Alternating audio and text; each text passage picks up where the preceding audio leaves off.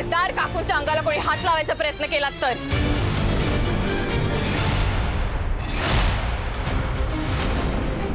हे कोण आहे तू आम्हाला अडवणारी? मी श्रावणी विश्वंभर राजे शिर्के.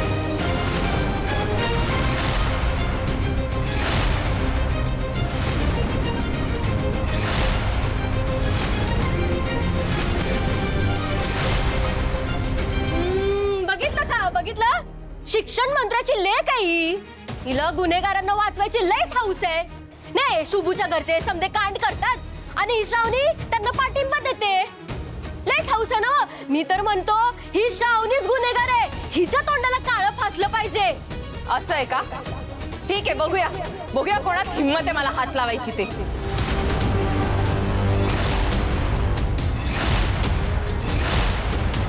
मंत्र्यांची लेक असो वा कोणीही असो, धर्मापेक्षा मोठा कोणीही नाहीये. हा, बरोबर आहे तुमचं. फासा तिच्या तोंडाला काळं. तुम्ही जे करताय ना ते चुकीचं करताय. माझं ऐका, शांत व्हा, आपण बोलूया शांतपणे. नाही, आता आम्ही शांत होणार नाही. ह्या गुन्ह्याची शिक्षा हितेच आणि आत्ताच होणार आहे.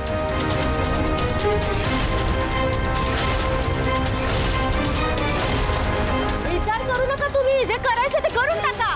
हे बघा, मी तुम्हाला सांगते, ही आहे ना स्वीटी, हिच्यावर अजिबात विश्वास ठेवू नका. खोटारडी आहे ही. खोटारडी मी नाही, तू खोटारडी आहेस. गप्प बस गा.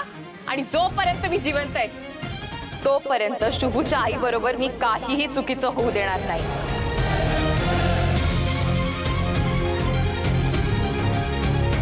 या बाईने लोणच्यामध्ये कांदा लसूण घातलं होतं आणि त्याचा नैवेद्य देवाला दाखवणार होती. तर मग अशा बाईची आम्ही पूजा करायची? होय, पूजा करावी एवढीच महान आहे माझी आई. देवापेक्षा भी महान आहे. आणि धर्म वाचवा काय चाललंय हो? कांदा लसणानं धर्म भ्रष्ट होतोय. आणि मुळात माझ्या आईने कांदा लसूण टाकला हे तुम्हाला कोणी सांगितलं? तुम्ही बघितलं नाही ना? माझ्या आईने काय बी चूक केलेली नाहीये. बरोबर बोलतोय दादा. आई खूप वर्ष झाले लोणचं बनवते. आई असं करूच शकत नाही.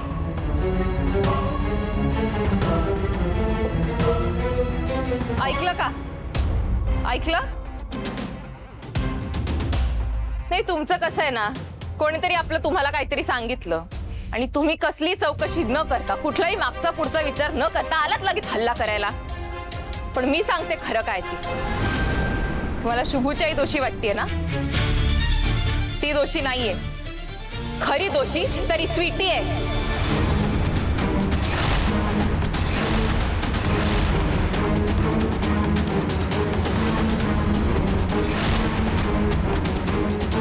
नैवेद्याच्या जेवणात जे लोणचं वाढलं होतं ना, त्या लोणच्यात या स्वीटीनेच कांदा लसूण घातलं होतं.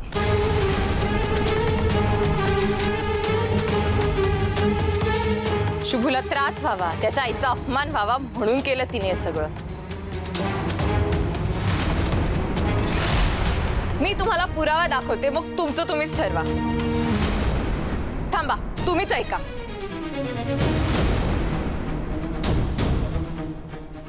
कळलं ना तुला?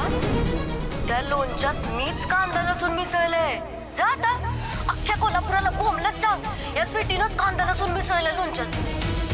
बघ की, कोण विश्वास ठेवतंय का तुझ्यावर? बघ.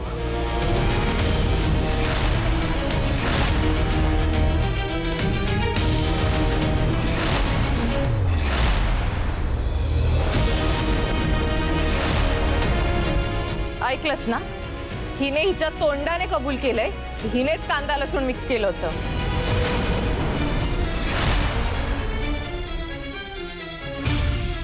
आणि काय ग स्वीटी, शुभूवर प्रेम करतेस असं म्हणतेस ना? मग लाज नाही वाटली तुला त्याच्याबरोबर असे खेळ खेळताना? शुभूच्या आईचा असा अपमान केलास तू. माणूस म्हणून एक क्षणही विचार नाही करता आला तुला. तू एक नंबरची स्वार्थी आणि कपटी मुलगी आहे स्वीटी. खरं तर ना, काळ शुभूच्या आईला नाही, या स्वीटीच्या तोंडाला फासायला हवं. बोला, हवं ना? हो, एक झिजत तोंड काळं केलं पाहिजे.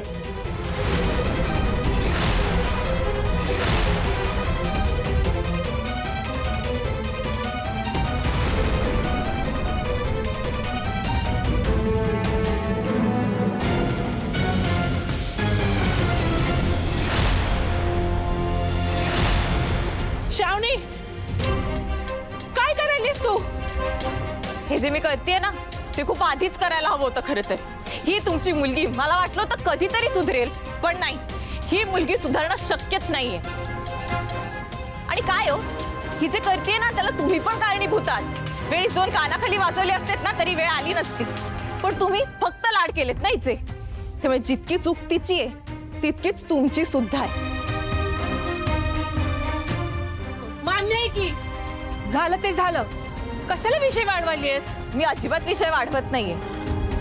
आणि जे काय होतंय ना ते स्वीटीमुळेच होतंय. ते मला चांगलं माहितीये. हिनेच या सगळ्यांना खोटं सांगितलं असणार आणि भडकवलं असणार.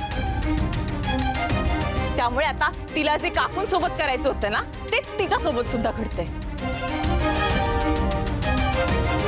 बरोबर बोलताय. आपली खरी गुन्हेगार ही मुलगीच आहे. पकडा हिला, काळा फासा. हे घ्या, तुम्हीच काळा फासायचा तोंडाला.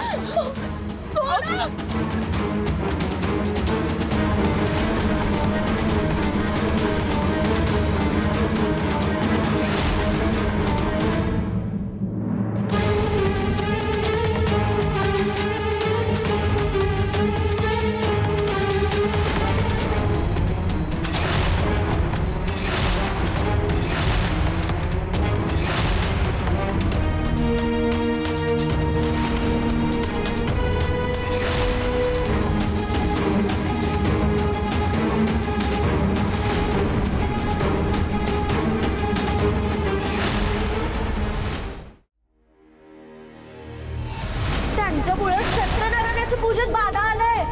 हा, पूजा भंग झाली आहे, कळतंय ना हो?